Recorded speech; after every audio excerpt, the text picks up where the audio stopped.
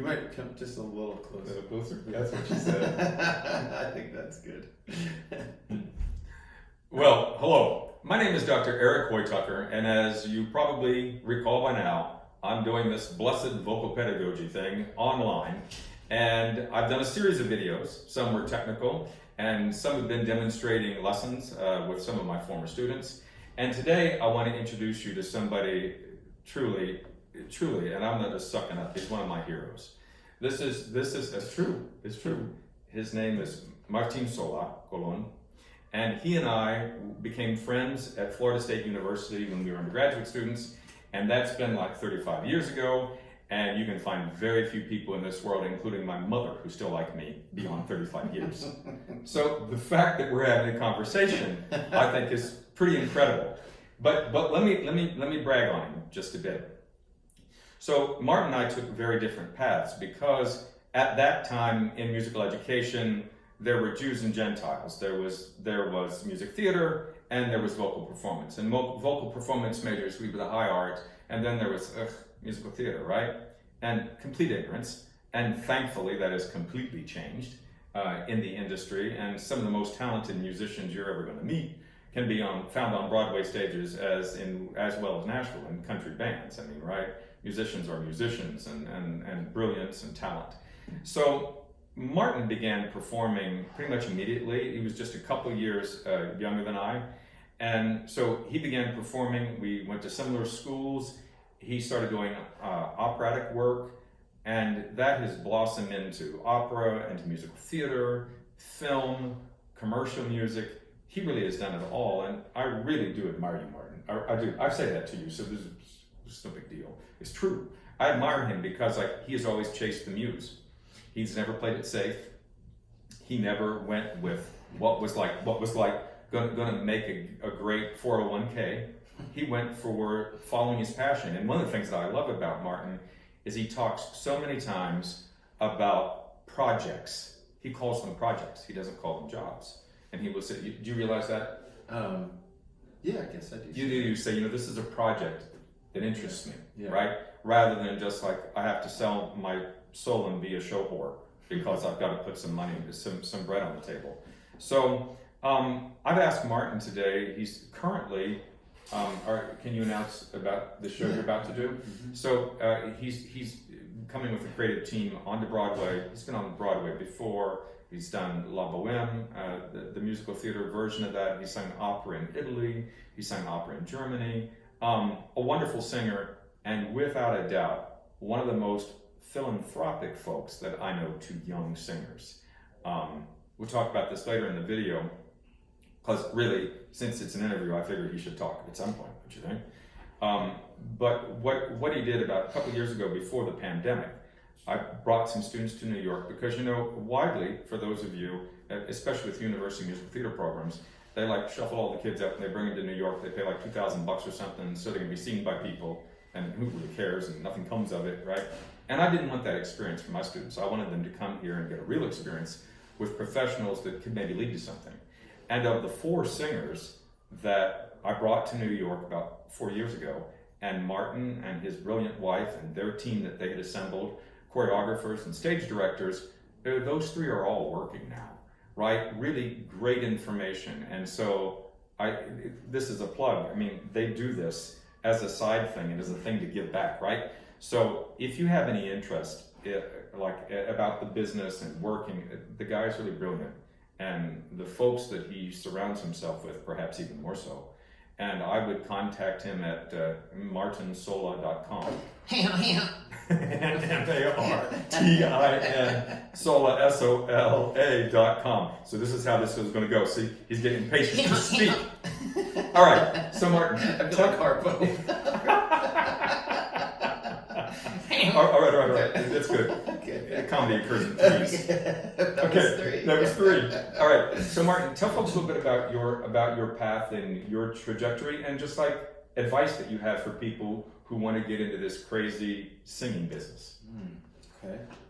Well, my training was in classical music, as Eric has said, and I came to New York and was pursuing opera, but I wasn't quite getting the the interest that I was hoping for, you know. And I went to see a musical. I went to see The King and I on Broadway, and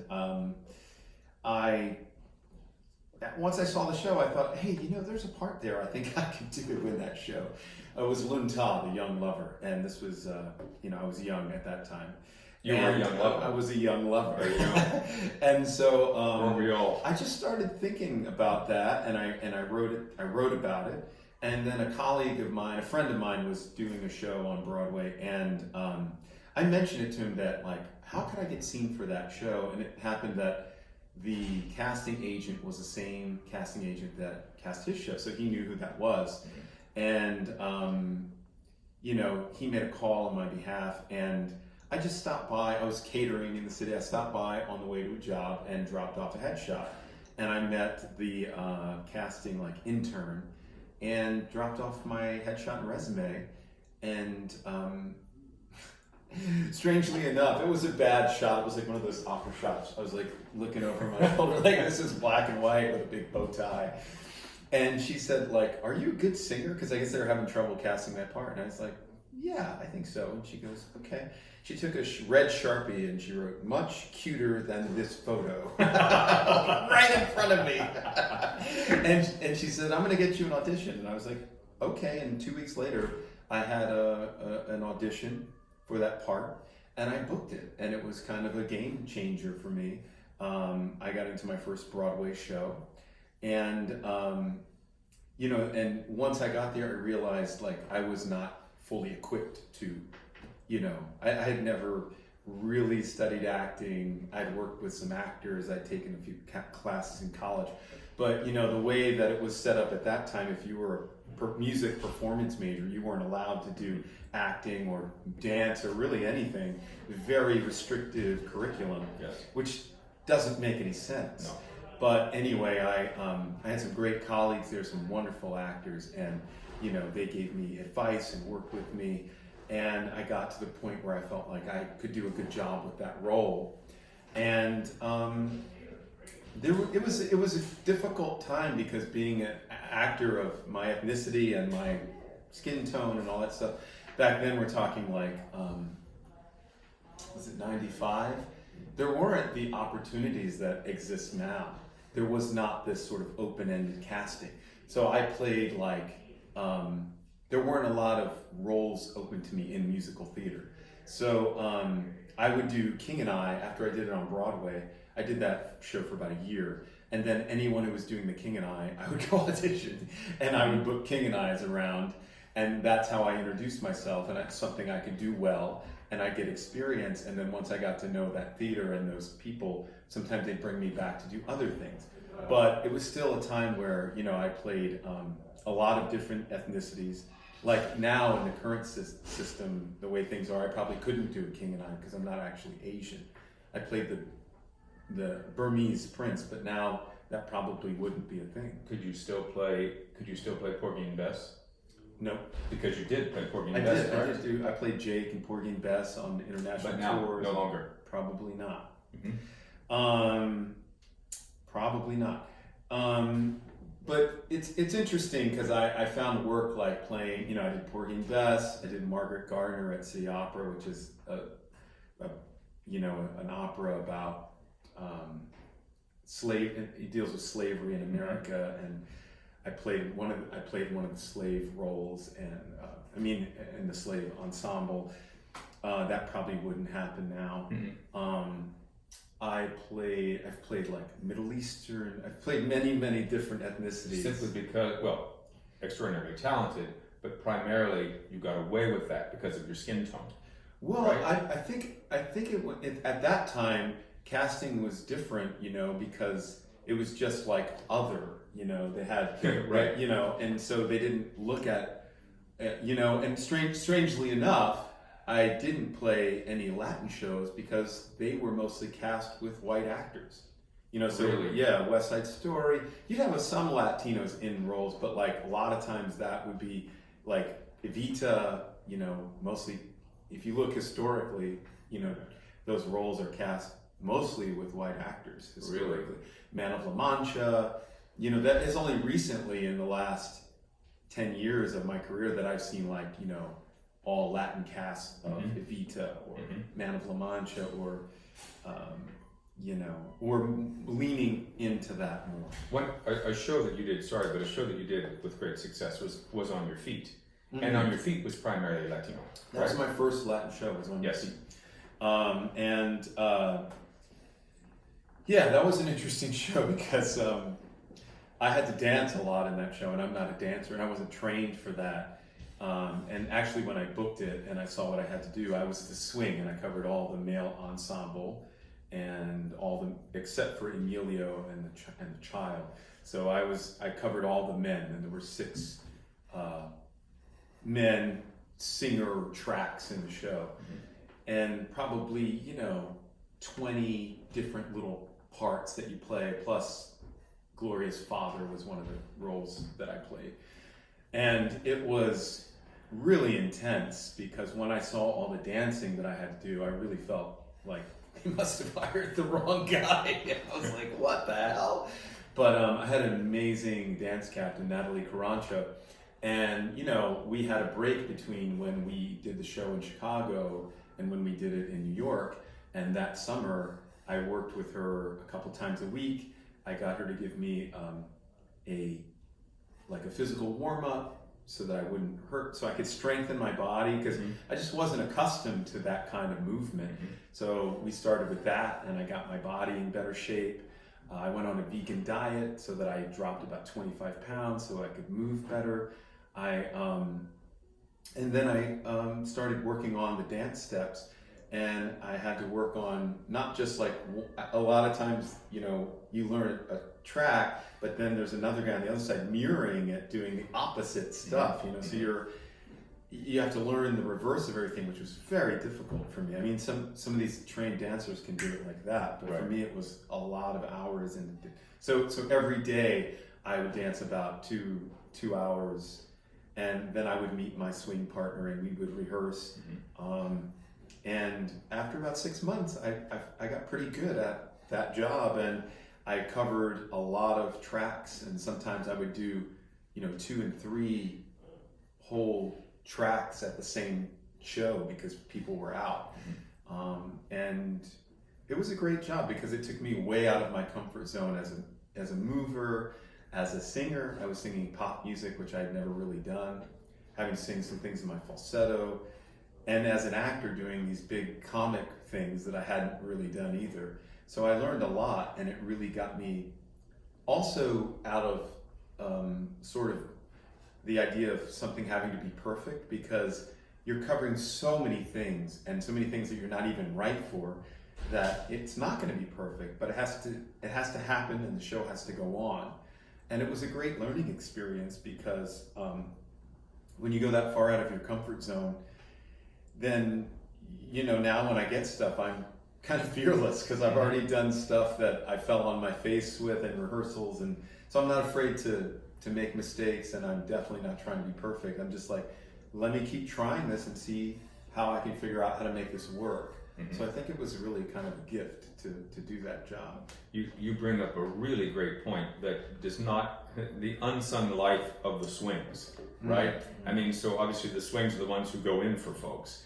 How many, like in your time with On Your Feet, how many times a week would you say that you would go in for performances and be notified to be singing a role, a swing role? Yeah. So, you know, initially, like when the show opens, nobody misses. So everybody's like, but once that first person misses, about 3 months in, then everybody's like, oh, I'm out. Oh, I'm out. Oh, I stubbed my toe. I'm out. So I mean, I went on probably over 600 times. Really? Yeah. Oh, yeah. Wow. I mean, the swings are going on once a show is open and running, and, you know, Flu goes through the show. I mean, swings are on, and honestly, like, this sounds, and I'm not saying this because I did it. I'm just saying swings save the show every night, and they're doing stuff that is crazy. You know, sometimes you're going on for something you've never had a rehearsal with. You know, I'd rehearse on stage with like my dance captain, my swing partner, and maybe the other male dancer. and there's four of us, and so then that night, but you're on an empty set with no props, no costumes, and that night it's like lights, band, moving set pieces that are like 2 tons, 32 other people on stage dancing with you. And for a dancer, that's not a big deal. But for me, I was like, what the hell is going on? It's just crazy. But then after you do it for a while, I think everyone should do that once in their life. A, so you appreciate what swings do. But B, so that you learn so much from that, and it makes it so that nothing else seems like that big a deal. So when I'm doing a lead role somewhere, I'm going, I just got to do one thing. And that's pretty straightforward. and if you stub your toe, you call in the swing. right. You remember Mrs. Sarshani, she's my teacher at Florida State, and she used to say that she was a brilliant musician and had a really great career, but she would say that she wasn't necessarily anybody's first choice, but she is everybody's second choice. Right. And people make extraordinary careers on being reliable. Yeah. The problem with being a swing is, if you do it and you're really good at it, then people want to keep you there because it's a very valuable asset to a show to be able to cover a lot of things. I did it very successfully. I enjoyed it, but it's not really where I want to be. But sometimes people look for me for that, for different things, because they know I have that skill set. A disclaimer here for a break. So when you hear some really horrible out-of-tune singing and you hear some people speaking, that's because, once again, because Martin is so busy, I'm meeting him up here in the city and we're in the studios. So we're in the studios downtown and there's some schlock going on outside. So anyhow, they probably won't become swingers. So Martin, so tell us a little bit more about just how you have preserved yourself, because you've been singing as long as I have, right?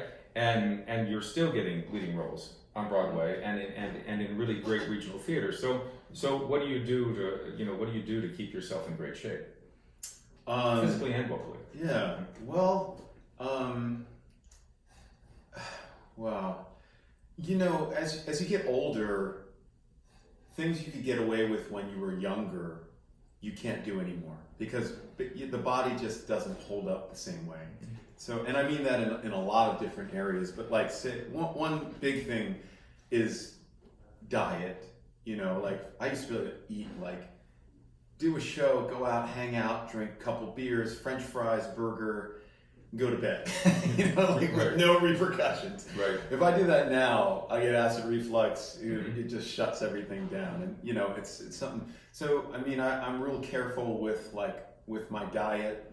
I try to exercise pretty rigorously and regularly to stay in shape.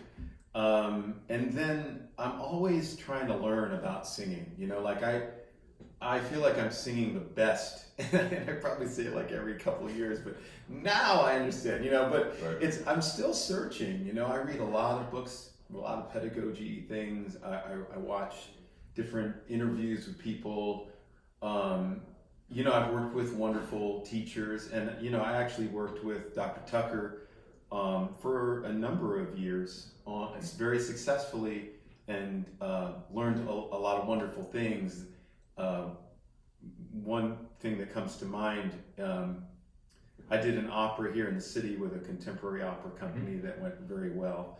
I did also the Padre at the Shakespeare in DC, that Eric came to see, and I did a gig out in Goodspeed Opera, the Most Happy Fella, and played one of the Italian trio.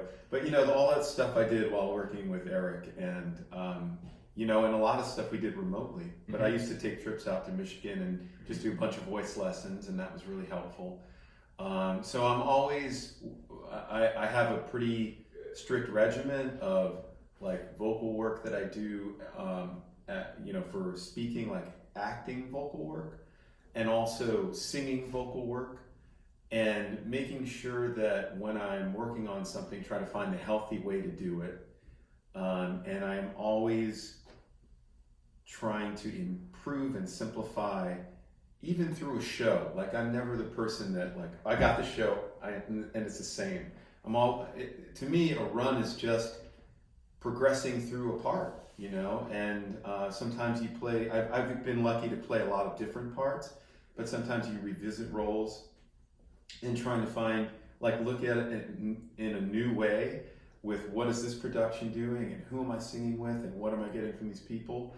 You know, so, and also as an actor, you know, I didn't do a lot of training in college, but when I got to New York, I've worked with, you know, I sought out great acting teachers. I worked with Carol Rosenfeld, then in HB. I worked with Freddie. It's been so long now. He used to teach at Carnegie. He was a Meisner teacher, and damn, I'm blanking on that. That's okay.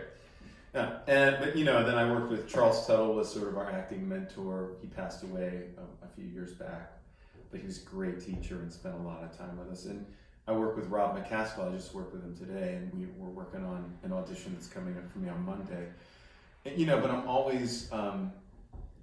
always learning and rethinking and trying to find more understanding of both singing and acting.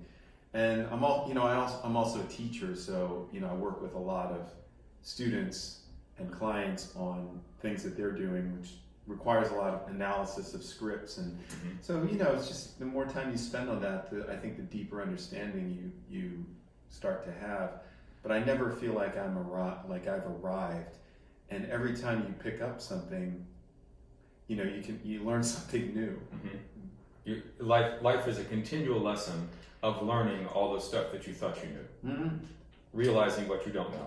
It's not as you thought it was. Yeah, because, you know, depending, like, you might be very successful, say in I don't know, you know, say like Rodgers and Hammerstein is something I've done a lot, you know, and so you get really good at that style, but then you get, you know, a contemporary piece, and it's like, well, you can't do what you did there. You have to learn how to do that. The same thing with acting, you know, like, you know, you can work on Shakespeare, but then if you're going to do a modern piece, or, you know, I just did a Susan Laurie Parks play at the Public, and never done anything like that in my life, you know, and you just continually learning when you work with new artists and new writers, new composers, and, you know, learning about style and what those people, and it's wonderful when you get to work with the actual writers, because you know, they'll tell you what they're looking for, and especially in a new piece, nobody's ever done it, so you're bringing your own artistry to it and trying to discover what that is. So this is all wonderful stuff, Martin, and as you're speaking, I'm like, okay, let's talk about that some more. Let's talk about that, right? That'd be a whole other video series in and of itself. Here's what I want to pose this question, this supposition to you, and just tell me what advice you would give. Let's assume that schools of music in this country were no longer doing music theater, BFA music theater, and BM vocal performance. Let's say, crazy enough, if someone just called them, you know, whether it was career singers or singing actors, right?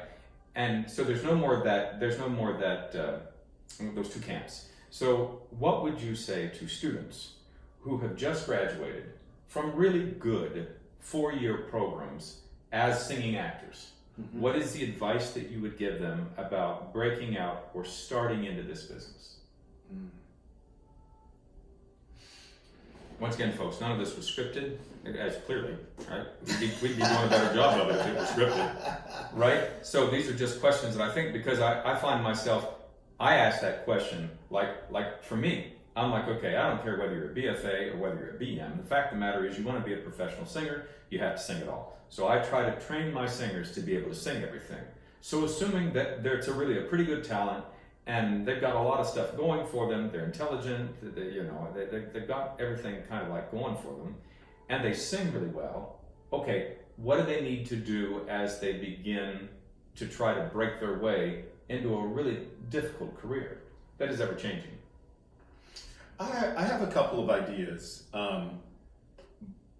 One is, I would say, there was a group of actors, and we were all, working but not really doing the things we wanted to do.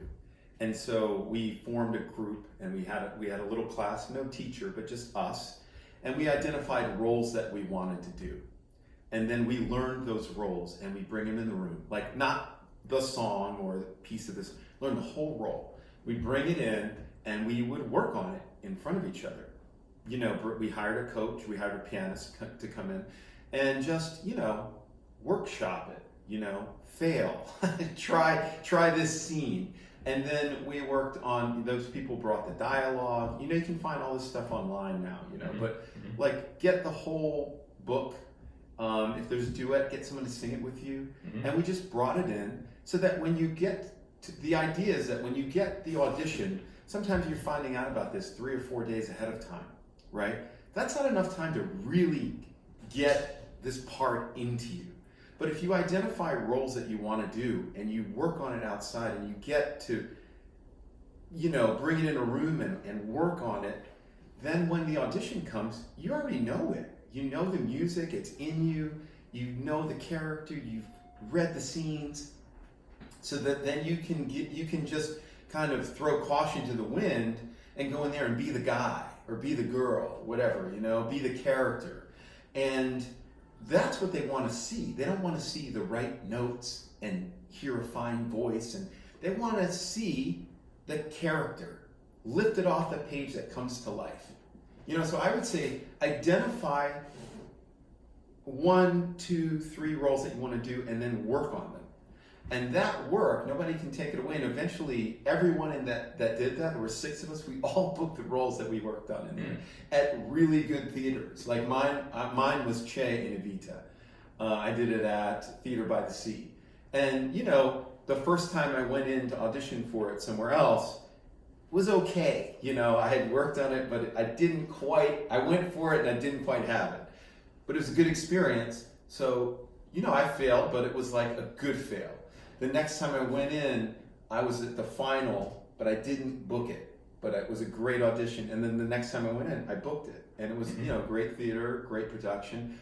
And, that was a huge accomplishment for me because it brought together what I had been working on as an actor and what I've been working on as a singer, and brought them together in a complex role that has to sort of MC the evening. And I learned a great deal from that production. So I think that's a good way to approach it, and that's kind of what opera singers do. That's sort of where I got the ideas. We learn a whole role, and then you show up and you know your part already. But it also helped me, greatly at the rehearsals, because I wasn't thinking about notes or text or anything like that. I was just thinking about, what is this guy doing now? What am I doing in this scene? And so and that requires work for art's sake. Right. I mean, because you do own this, because you worked on it. It's become a part of you. But this was not, I'll learn that because I got the job. Right. I will learn this and perfect this, and I will make something out of this, such that when the job comes around, I will book the job. That's right. So that you show the artistic team that there's more to you, just like, okay, what do you want me to do? Right. It's like I've come in with some forethought, and have a discussion about to change it. Absolutely, I'm all down for that. Yes. But I've got some ideas of my own before we start this thing. Yeah. And the second thing I would do, the second piece of advice I think is important is create a practice of your own, so that every day, we get good at what we do. So I make sure that every day it doesn't have to, I'm not saying you have to do what I do, but you have to create it for yourself. What's important to you? What do you believe are the things that you need to do really well? So for me, I like mechanics and technical things, right? So I do a vocal warm up as an actor, but then I take a piece of text, poetry, a monologue, Shakespeare, whatever, and I just work on it, on the mechanics of it, and then and then I try to let it flow. So I work just on the mechanics of voice. I apply it to a piece of text, and then I try to release it from that sort of. I don't know if that makes sense. No, explain that. Release it from that. Well, so I work on my voice, to, breath to connect to sound, and then I work on different vowels and consonants, whatever. Then I take a piece of text and I work on the mechanics of pronouncing that piece of text very clearly, right? But then that's not actually. That's still mechanics of sound, right, and articulation. Right. But then I try, so I might say, two households, both alike in dignity, in fair Verona where we lay our scene. But that's not actually what the text is. Right. Two households, both alike in dignity, in fair. So I try to release it from that, like mechanics. From the study. Right. But it helps because then it solidifies so that but I'm doing that every day, and I take different texts. Sometimes it could be. Sometimes I take prose, sometimes I take poetry, sometimes I take verse, but like I switch it up, and I do that every day so that when I get stuff, this is working, right? And I do the same thing as a singer, I do some kind of breathing work, I do some kind of physical work, then I vocalize, then I take a piece of music that, sometimes something new, something old, and I work on it, mechanics of it, and then I try to sing it. It might just be a section of a piece, but I try to do that every day. That I have voice to do that. I mean, sometimes when you're working, you just have to work on what you're doing. Yes. But then, because there are times when you're working and there are times when you're not working, but you got to be singing and acting every day. So create that practice for yourself. If you're a dancer, create a bar routine, or find that class or that teacher that really lights you up and makes you want to sing, that makes you want to dance, but also is giving you some good fundamental, mechanics so that you can stay healthy and pliable and do it for a long time. And I think that's why I've been, successful to do this for a long time and still keep it together, because I'm very disciplined about that. So.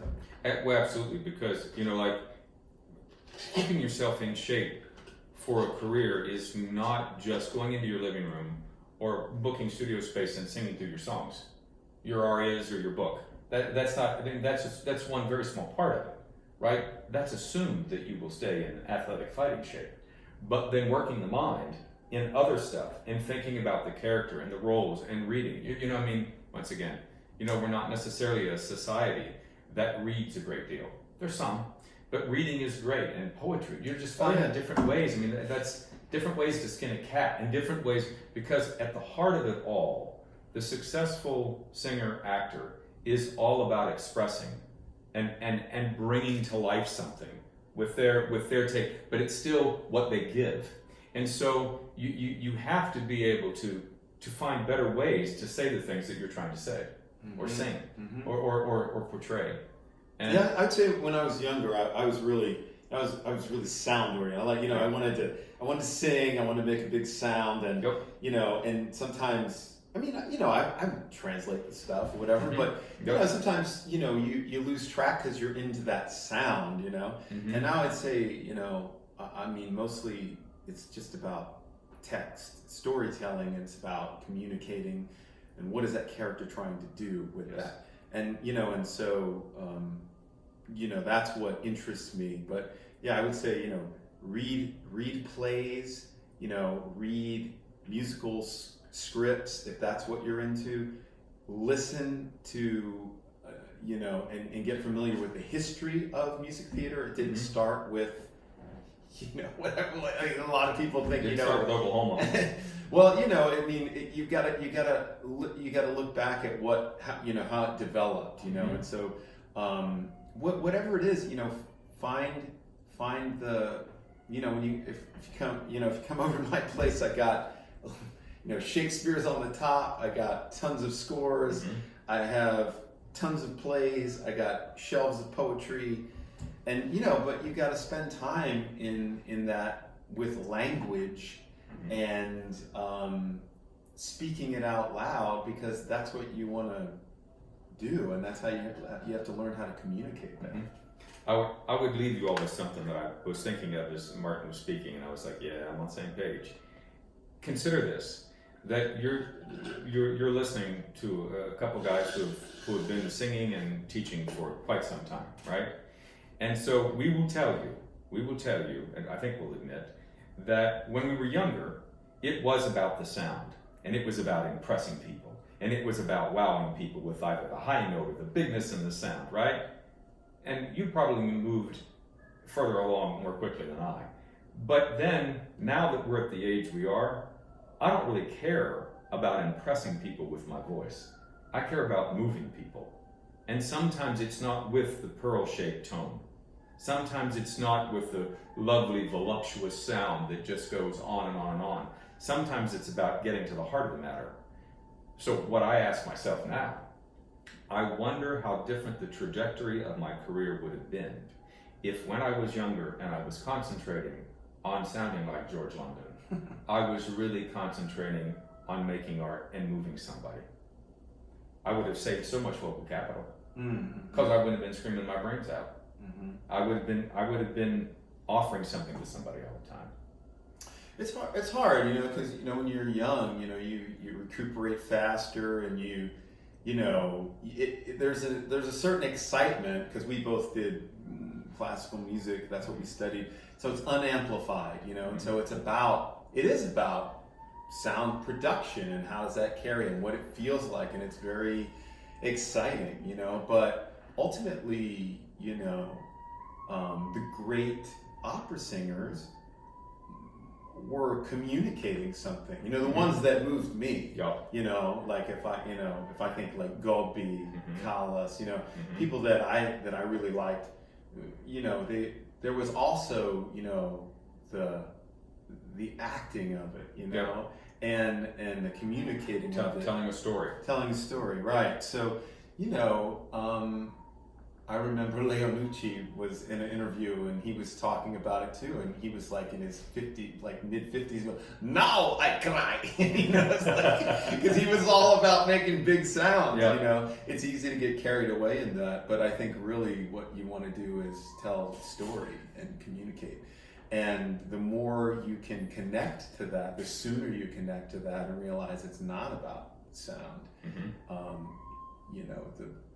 I think the more you get in touch with what is going to move people, what people will respond to, and there you find your success. Yeah. Right. Yeah. Well, Martin, man, I thank you so much. I mean, this is a wonderful gentleman right here, and as I say, no, I cry. But I would highly recommend that if you're wanting to get some advice, and if you would like to come to the city and work with some wonderful folks, give Martin a try. martinsola.com. I mean, he's a wonderful guy, and his heart is completely into it. So thank you very much for your time. As I finish all of these videos, I say, yes, play it along with me. Singing can be as easy as you make it, or as difficult as you choose to make it. That choice is all up to you. Thank you. God bless you, Martin. Michelle. Thank you so much for having me. You bet, man. My pleasure. So thank you much, folks. Helpful. Have a wonderful evening, and hopefully you didn't hear too much of the dog yelping next door.